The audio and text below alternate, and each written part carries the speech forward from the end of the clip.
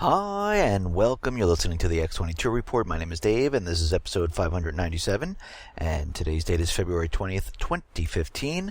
And the title of this episode is U.S. Government Central Bankers Preparing for a Major Offensive in Mosul, Iraq.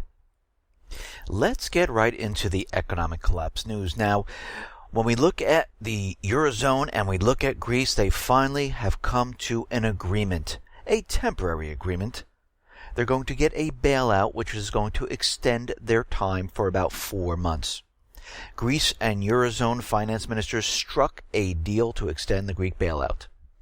Athens is expected to present a first list of reform measures by Monday for the country's debt inspectors to assess. The EU creditors have insisted that any extension of loans should be accompanied by Greece's commitment to a certain set of budget measures and reforms. The newly elected leftist government in Athens initially asked for 6 months, but they received 4 months.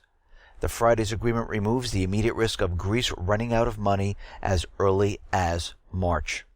So we can see right now the Greek government, they have a time frame where they can recoup, they can look at all their options, get everything prepared to go with Russia. And I wouldn't be surprised if this is what they've been working on and they needed this time frame to do this, and this is why they came up with this agreement. But we could see that right now Greece is exactly where it was before. They have 4 more months. The people still do not have jobs. There is no economic growth, and Greece is continually going into debt. So nothing has really changed at this time, except they have some time. That's it.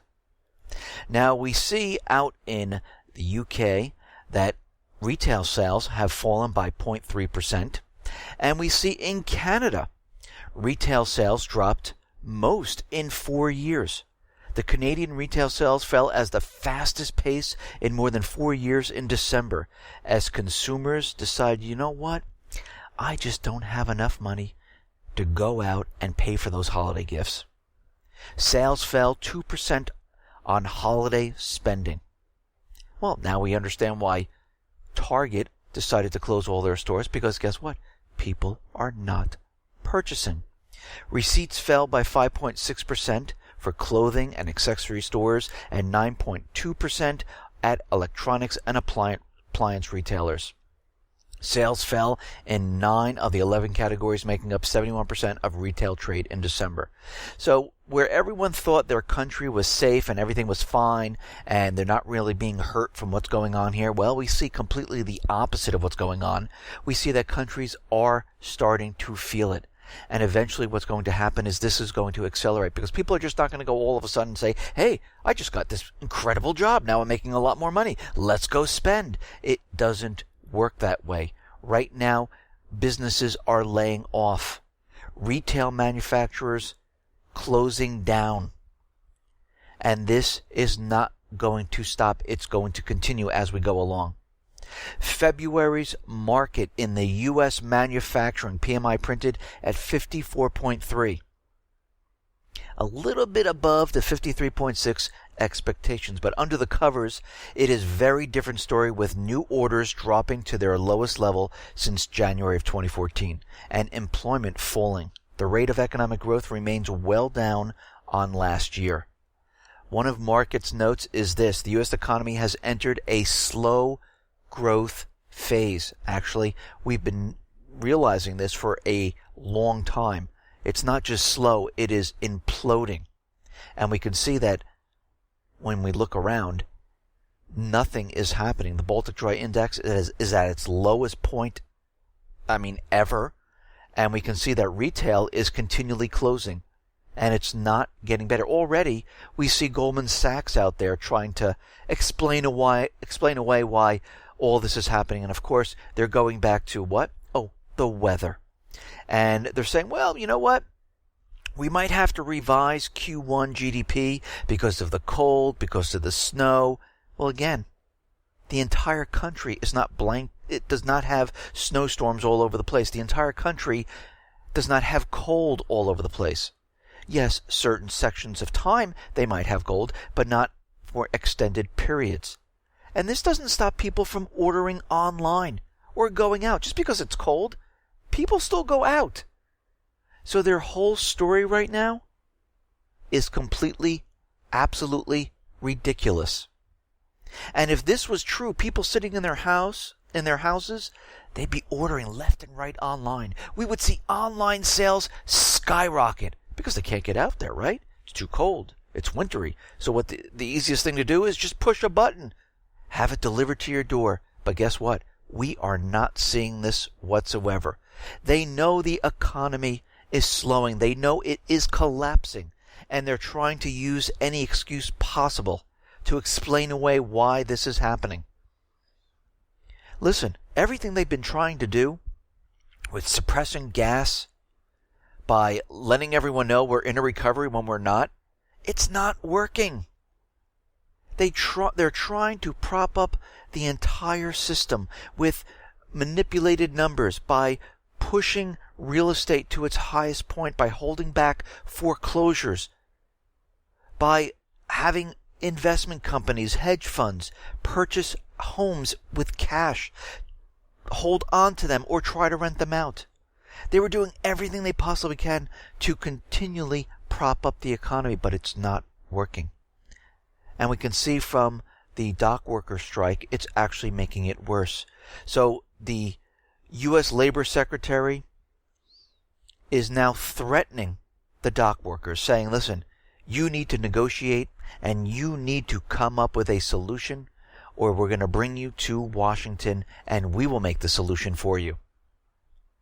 And we're going to have to watch this to see if they actually come up with some type of an agreement, because they're very nervous that if this goes on for much longer, the entire economy will start collapsing, and they are not ready.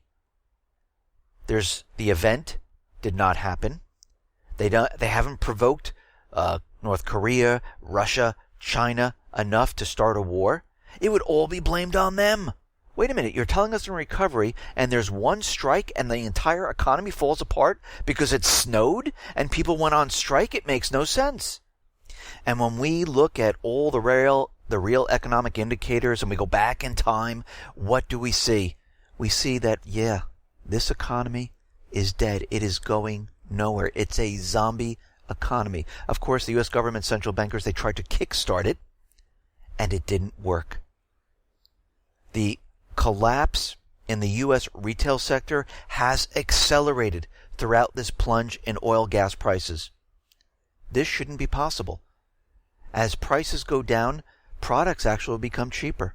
People are supposed to be saving money and have extra money to spend, but we're not seeing this. But you know why? Because the people do not have the jobs. Actually, what stores are doing right now, they're taking advantage of this. They're trying to make as much profit as they possibly can. And this is why we see prices maybe come down a little bit, or sometimes not at all. Actually, it was so bad, UPS is actually adding an extra charge, even though gas prices are coming down. I remember when gas prices were very low and gas prices went up, they said they had to add an extra charge because it's more expensive. But when gas prices come down and they say they have to add an extra charge, we know something's wrong. What does it mean when an economy not only fails to respond to automatic stimulus, but continues to rapidly decompose? It means we are dealing with a deceased economy. Evidence of the U.S. zombies economy is both overwhelming and abundant. First, it begins with 0% interest. How long have we had 0% interest? Has it helped? No, it hasn't. Actually, you know what it's protecting? It's protecting the central banking system. Because as we know, when interest rates go up, things start to fall apart. What happened in 2007 going to 2008? Interest rates started going up. What did people do? They just left their homes. They couldn't afford the payments. They were out. Number two, U.S. heartbeat, the flow of money, has nearly stopped, having fallen further lower than at any time in recorded history. What does it mean when money stops moving? Well, it means that the economy is dead. It means that the heart of the greatest capitalist empire the world has ever seen is dead. That's what it means. Number three, gas-guzzling consumer economy is dead. and it comes from gasoline consumption numbers themselves. Official U.S. gasoline consumption has plummeted by nearly 75% from its absolute peak in July of 1998. The gasoline consumption numbers have plummeted roughly 66% since the start of the U.S. recovery. Yeah, we can see that this whole thing is falling apart. The U.S. retail sector, the cornerstone of this consumer economy, is completely collapsing and imploding itself. Look what happened Black Friday. Look what happened the holiday season. Look what is happening with the number of stores closing. It's getting worse, not better. The plunge in real estate, we see prices coming down. We see the declining mortgage applications. We see buyer traffic drying up. You know what all this means? It means the bankrupt consumer does not have any more money in their wallet. They are tapped out. This is what we are seeing. And you know what the central bankers are very worried about right now? They are terrified of bonds. They're afraid of the bond market. Greece sovereign debt crisis. Germany is terrified of what a Greek default would do to the EU banks. The Bank of Japan is purchasing all new debt issuance in Japan. The Fed is terrified of higher interest rates because ever 1% change means over $100 billion more in interest payments on the U.S. debt. Indeed, the U.S. issued a total of $1 trillion in new debt over an 8-week period in late 2014. The reasons it did this, because it doesn't have the money to pay off the debt that is coming due from the past. So it simply issues new debt to raise the money to pay back the old debt. This is a Ponzi scheme. But the U.S. is not alone in this regard. Globally, the sovereign debt bubble is over $100 trillion in size. Just about every major nation on the planet is sporting a debt to GDP ratio of 100% plus.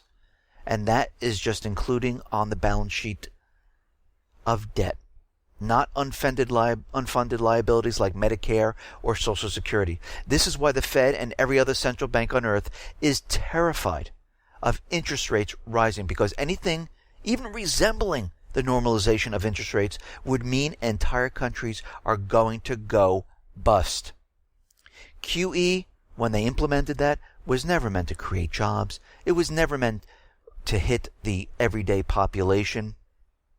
It wasn't to generate economic growth. It was a desperate ploy by central banks to put a floor under the bond market so rates wouldn't rise. They have been keeping this economy stagnant. Actually, it's declining now. They're losing control. And they know it.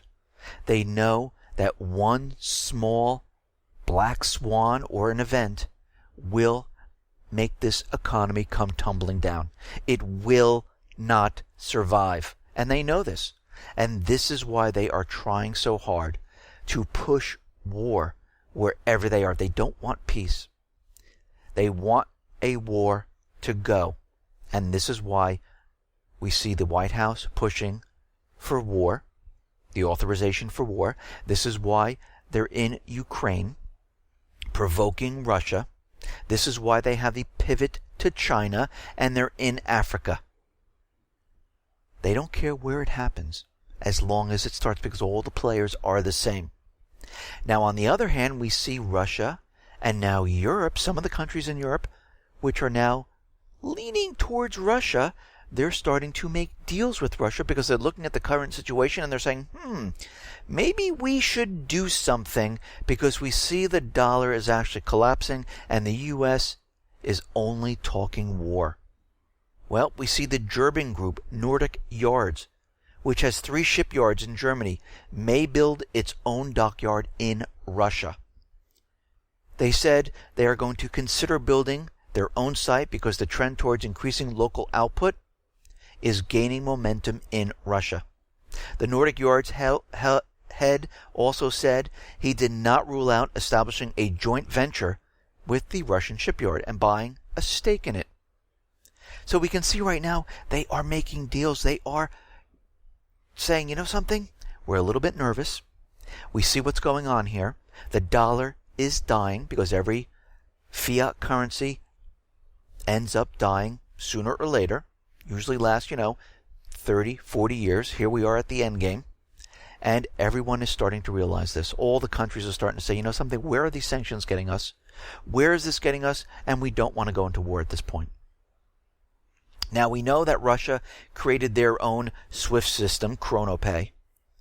And right now, and this didn't take long, SWIFT is suing Russia because they're using a name very similar to ChronoSwift, which is ChronoPay. And they're saying they shouldn't be using this. It's against their trademark, and they're going to sue them. And we knew something like this was going to happen because they set up their own payment system separate and apart from SWIFT, because the U.S. government central bankers thought, ooh, we have Russia. Without SWIFT, they won't be able to survive. But guess what? It is live, and it's doing transactions with 91 different entities right now. And it will expand, and they know this, and they're nervous about this. Russia just ratified the $100 billion BRICS new development bank. And we can see that this will be fully functional by the end of 2015. And what else do we know by the end of 2015? That's right, the IMF is going to look at the yuan renminbi. They're going to say, does this meet all the requirements of becoming a reserve currency? Now, of course, the U.S. is going to do whatever they possibly can to stop this because they don't want this to happen. Because already in place, what does China have? Trade agreements with many, many countries across the globe. New Zealand, Australia, Switzerland, Canada, UK, France, you name it, Russia, they have it. They've already prepared for this. They're purchasing gold because they know eventually they're going to have to back this with some type of, with some form of gold. And Russia's planning the same thing. And we can see right now, the U.S. government central bankers, they're getting nervous. They tried to have some type of regime change in Russia and China. It didn't work out. And we can see they are getting nervous at this point. Are they weaker? Yeah, a little bit. Because everything they tried to do has not worked out. But again, it doesn't mean they won't try a false flag as a last-ditch effort to push war. And when everything else fails, this is what they're going to do. Now, we know that Obamacare was created to bring in revenue and to give insurance companies plenty of profits and impose taxes on the people while they give us crappy insurance. And this is why the government exempted themselves, because they didn't want it. And right now they have a lot of glitches. And we can see that the Obama administration sent 800,000 healthcare gov customers incorrect tax forms. And they're telling the people to hold off on filing your returns at this point. So here is another glitch. It's not working out. And actually, this is completely unconstitutional because they placed a tax on healthcare. They can call it a penalty. They can call it whatever they want. It is a tax on the people. Now, a Snowden document reveals that the United States government, along with Britain, their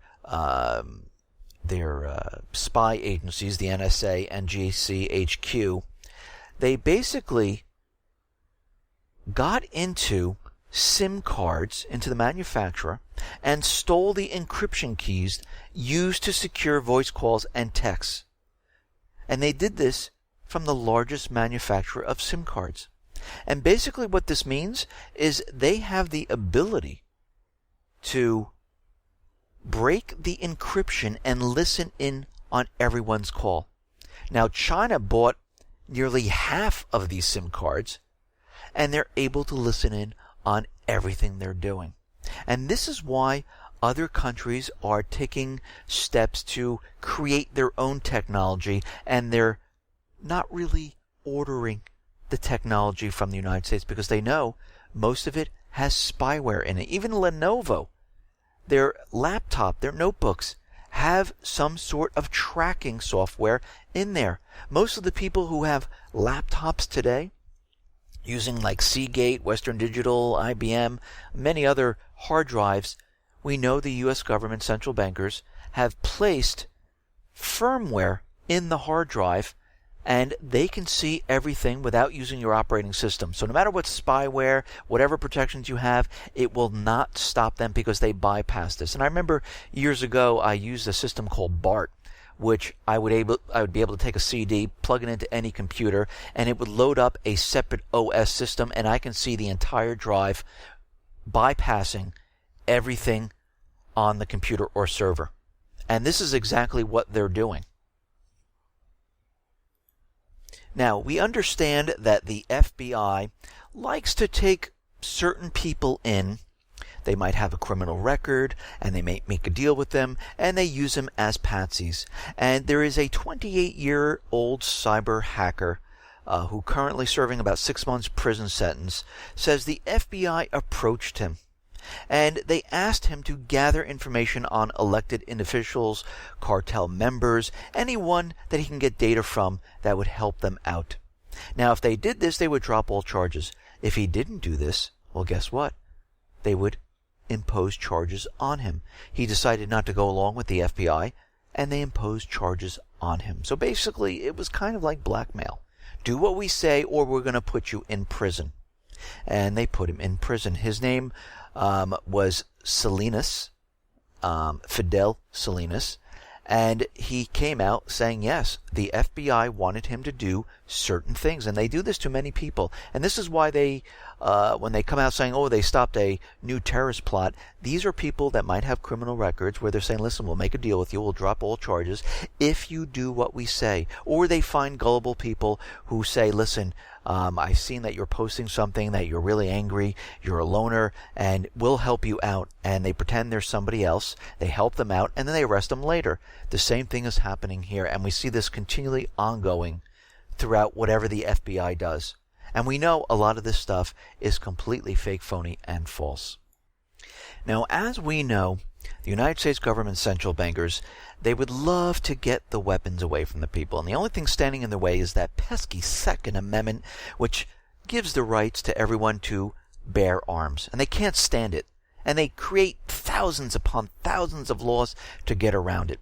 And for those people who do not believe that they're trying to get weapons away from the people, it's very hard not to believe it, because when you start to break it down and you look at the entire story of what they've been doing, it creates a picture of exactly trying to ban every single weapon from the American people. Now, when we look at this, we see, of course, they're trying to limit the amount of ammunition people can have. If they can take away weapons, they would, but they know they can't. So they create laws. And we see New York State right now, who's one of the states that is a leader in doing this, decided that they're going to create a new bill which basically will outlaw knives longer than 4 inches. Even a simple kitchen knife would be in violation of administrative code and would face up to 15 days in jail and $300 fines. So this includes machetes, butcher knives, anything like that whatsoever. So right now they're trying to get rid of knives. So they're trying to get rid of guns. They're trying to get rid of knives. So let's put all this together. They're trying to ban guns, and they're imposing many, many laws. They're trying to limit the number of bullets in a magazine. If they could, they would just get rid of the weapon. They make it very, very hard to get a weapon. They try to go down the route of finding people that are not mentally stable. People who are not mentally stable could not own a weapon. They put a ban on ammunition. They are shutting down gun shops using Operation Choke Point. They decided to ban body armor. And now they're taking away knives. So when you look at all this, what else are they doing here? Are they doing it just because it sounds great to do? Or is it really being done to take away the weapon from the everyday person. And this is really what they're trying to do. They don't want the people to be armed, because when the collapse comes, they realize that they want to be in control of the situation. They don't want people fighting back. And what's funny is they keep using the propaganda of terrorists, even in the UK, where they don't have weapons. And a lot of people are saying, listen, if there's going to be terrorists here, maybe we should get our weapons back so I can protect my family.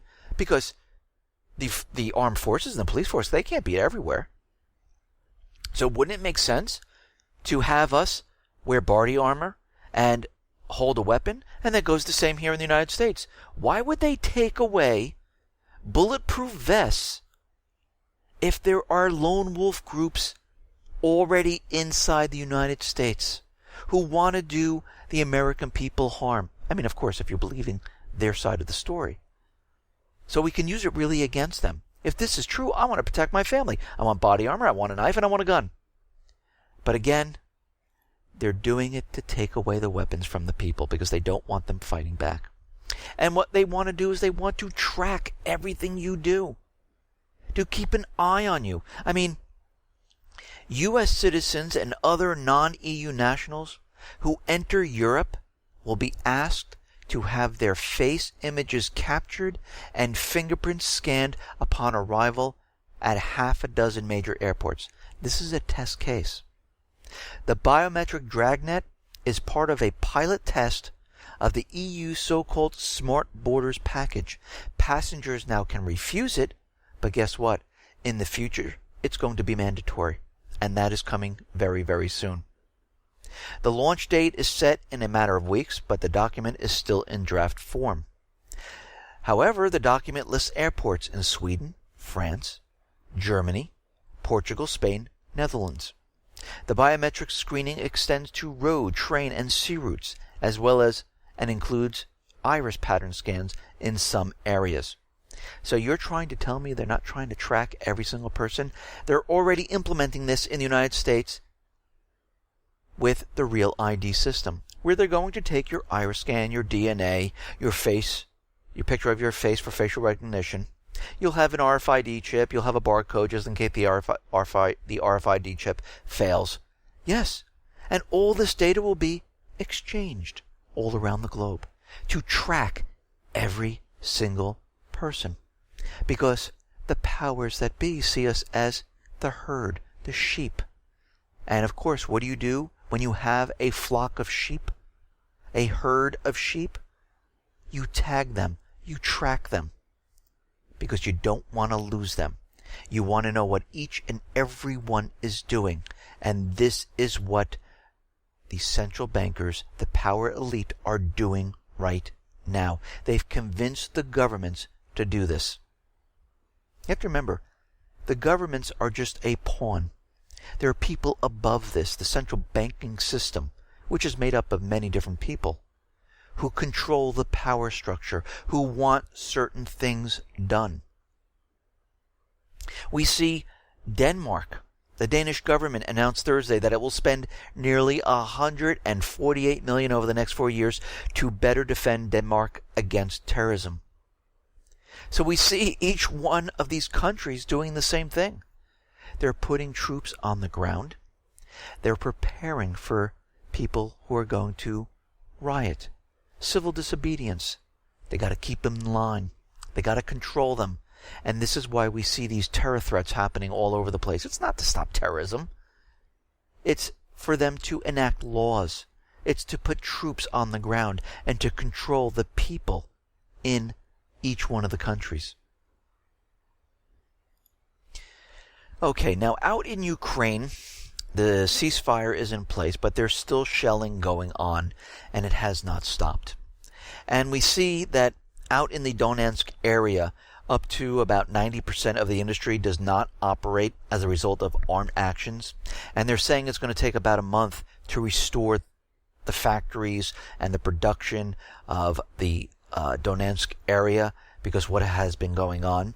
But even so, the Donetsk people have decided to make deals with Iran, Turkey, and North Africa to supply coal to them.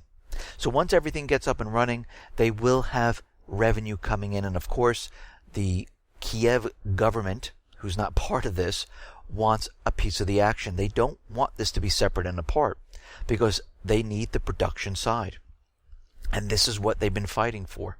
This is why they will not let parts of the country go, because the central bankers paid for Crimea, the southeast, the entire country, and they didn't get what they paid for. We see Kiev and the Donetsk people, well, they're going to try to put together an all-for-all prisoner swap on Saturday. We'll have to see how this goes, how this works out. In the past, it seemed to work out just fine where they exchanged the prisoners. There's no reason to keep them because right now they're in a ceasefire.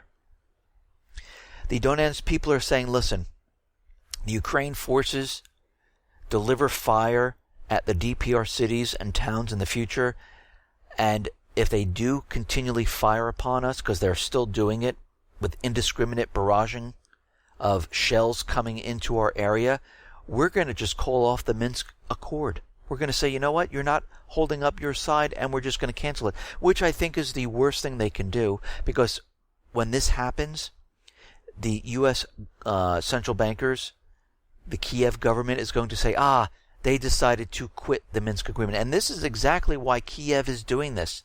They want them to say, listen, we're not abiding by the Minsk Agreement. We're out. And this is why they're continually shelling all of these areas. Now, Ukraine has signed an agreement to create a military brigade with Poland and Lithuania. This is going to be a joint military unit, the so-called Ukraine-Polish-Lithuania Brigade. The brigade is created for the purpose of participation in international operations carried out on the basis of the UN Security Council mandate and authorized bodies of Lithuania, Poland, and Ukraine. The agreement is open for other countries to join based on the invitation from members of the brigade. And you have to remember, Ukraine is really not a part of NATO. And I don't even know why NATO is even in there if they're not a part of it. It makes no sense whatsoever. Now, Kiev wants to have peacekeepers come into Ukraine. They were calling on the UN, but they said, you know what, we'd rather have the EU police mission rather than the UN peacekeeping force, because that's just going to take too long.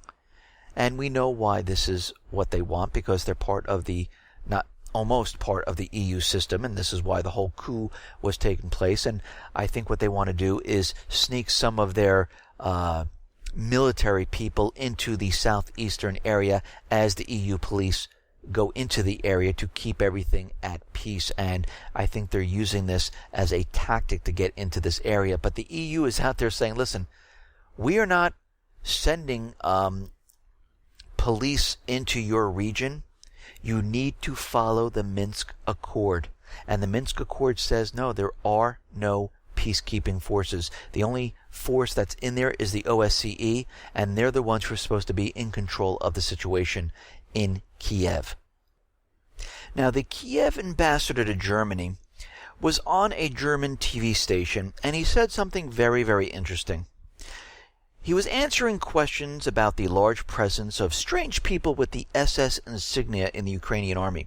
He admitted on TV that the right sector neo-Nazis are part of the Ukrainian armed forces and that they are controlled and coordinated by Kiev's pro-Western regime, and that without them, they wouldn't be able to hold off the southeastern, or I should say, the Russian army.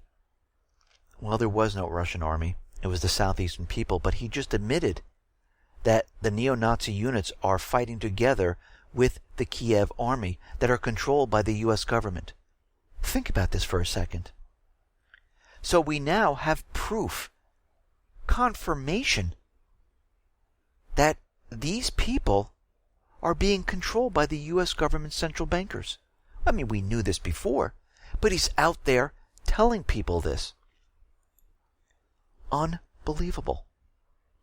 Now, of course, the United States government central bankers are out there telling everyone that, yes, Russia has tanks, 20 more tanks, in Ukraine. And this is not from last week. This is from today. They're still using the propaganda that Russia is bringing in tanks. Now think about it. What would be the motive of Russia right now to do this?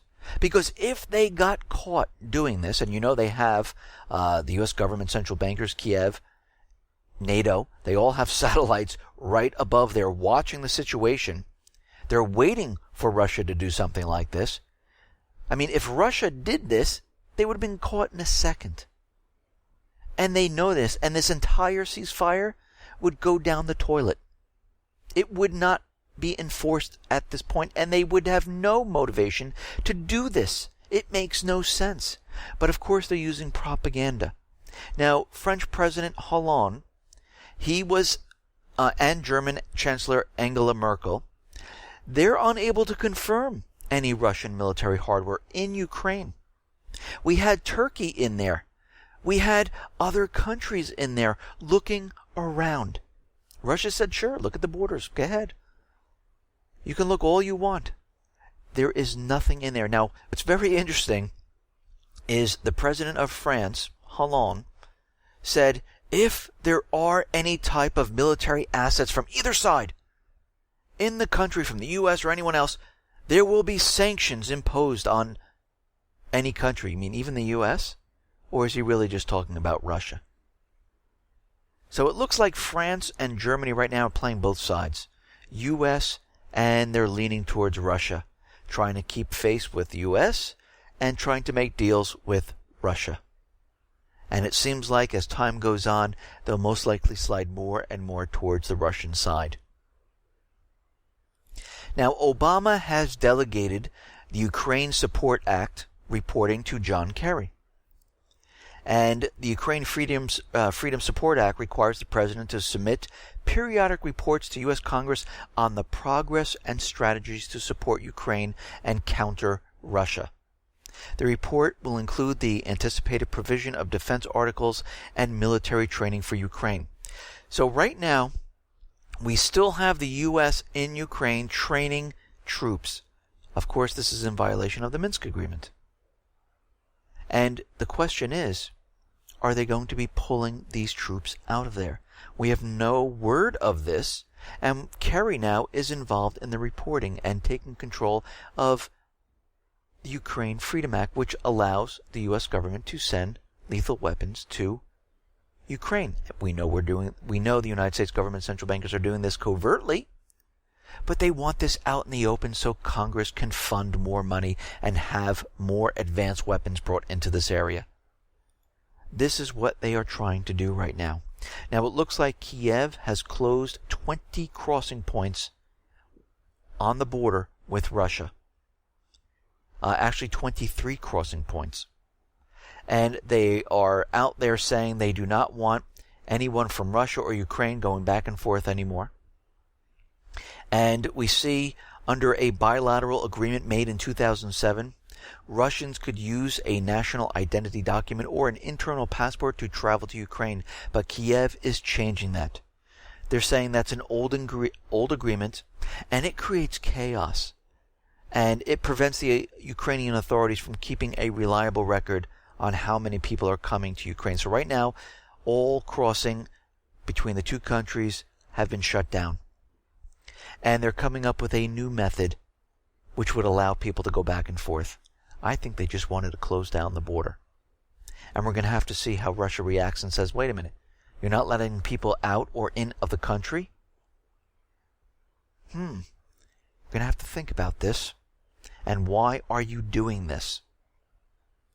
Now, with everything that's going on with the ceasefire agreement, and there's still shelling going on with closing the border, we see that Russia and Ukraine delegations are meeting behind closed doors within the OSCE.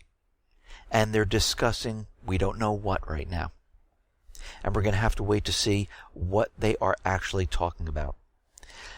Now, there was a ceremony in Maidan in Kiev commemorating the protests that happened there, basically the coup d'etat in Ukraine. And when Poroshenko got up on stage, the people there booed him.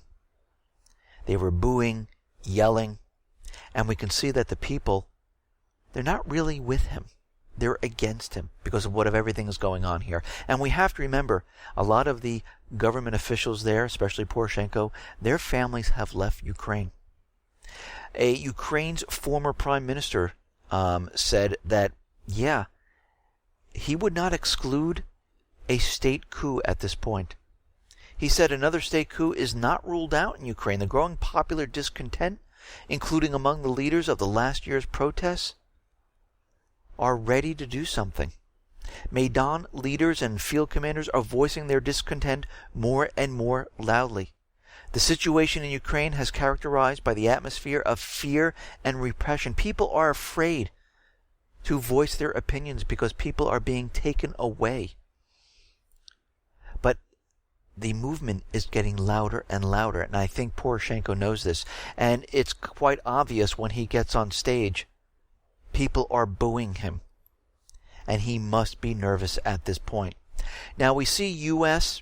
and Iraq are planning for a spring assault to retake Mosul in Iraq, to drive out the Islamic State, which is really the people of Iraq who are trying to take back their country. The Islamic State is the excuse. And the U.S. Central Command said on Thursday that the time of this assault is planned for April or May. It will support these troops with airstrikes on enemy positions. And they're saying there's about 20 to 25,000 troops ready to go ahead. And these are Mosul police officers and tribal fighters that are going to make up these forces. And along with these fighters, there's going to be counterterrorism troops, which aren't really named. So you can pretty much assume, and I hate to assume, but it's going to be U.S. troops. So they're ready to go with boots on the ground going into Mosul with air cover, with boots on the ground. And this is the first offensive, because we have to remember that they are preparing for a major, major offensive, because wherever the Islamic State is, that's where the United States government is going to go. They're just waiting for the official authorization for war, and it has not come, and they're hoping. And this is why they're continually saying, oh no, these are Iraqi forces. The U.S. is not involved in this. We can't be. But we know they're mixed in there, just like in Ukraine. Now, U.S. and Turkey, they signed an agreement to train the Free Syrian Army, which then defects to the Islamic State, which then they go ahead and they use out in Syria to take more land, to destroy the infrastructure. So we have to think about this for a second. They've signed an agreement. They're getting everything prepared. U.S. is going to send 400 troops to Turkey to help out with special operations. And we see right now the U.S. has already sent 4,000 troops to Kuwait. They're sending military assets to Kuwait depots. They're using mission creep to send about 5,000 to 6,000 soldiers into Iraq already. We see that the U.S. continually drops weapons, and they say, oh no, it was a mistake. The Islamic State got the weapons. My bad. And we know it's not a mistake. They do it on purpose because it is the proxy army. We see as they continually bombarding Syria with 16,000 airstrikes, the Islamic State, their territory is 3 times larger. Now they have given the Free Syrian Army, or the Islamic State, the ability to call in airstrikes while Obama waits for the authorization for war. Can you imagine what's going to happen when they have the authorization for war? This is going to be World War III here. This is going to be an all-out offensive. Let me ask you, since the Free Syrian Army / the Islamic State has the ability to call in airstrikes, what happens if the Free Syrian Army decides to call in airstrikes against Assad's forces? What happens then? Because you know it's going to happen. And what happens when Syria responds to them and hits back? Will the United States then join in? Is this the catalyst that they want to happen? Think about it. Now we see the Syrian rebels, they created a new weapon. The rebels fire propane gas cylinders from a howitzer cannon. They call it the Hell Cannon. And the range is about a mile. And I have a picture on the X22Report.com, and those people on YouTube, I have a picture there. And basically, it kind of looks like the same type of missile device that they delivered the sarin gas to the Syrian areas where they said it was Assad, but it was really the rebels. And we can see they create these weapons to lob different projectiles far distances.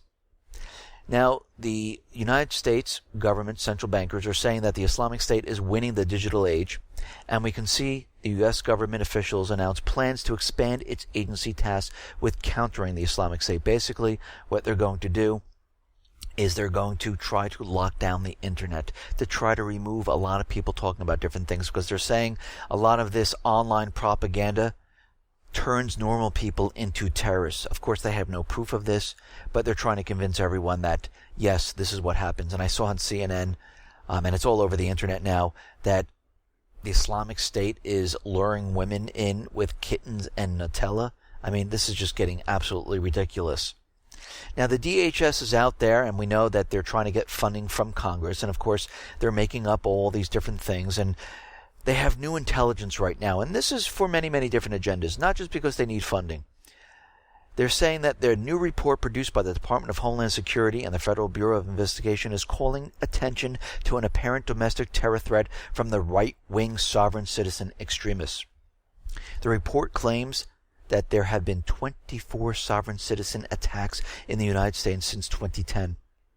That's really not that many. According to these reports, these extremists believe they are not bound by the law and will assert their rights on a regular basis when confronted by police. This could be like a traffic stop or refusing to obey court orders. You mean like the government officials, like the FBI, the NSA, the CIA? They all do this. Basically, what they're saying is that the everyday American who's trying and looking at their rights are saying, listen, no, we're not going along with this.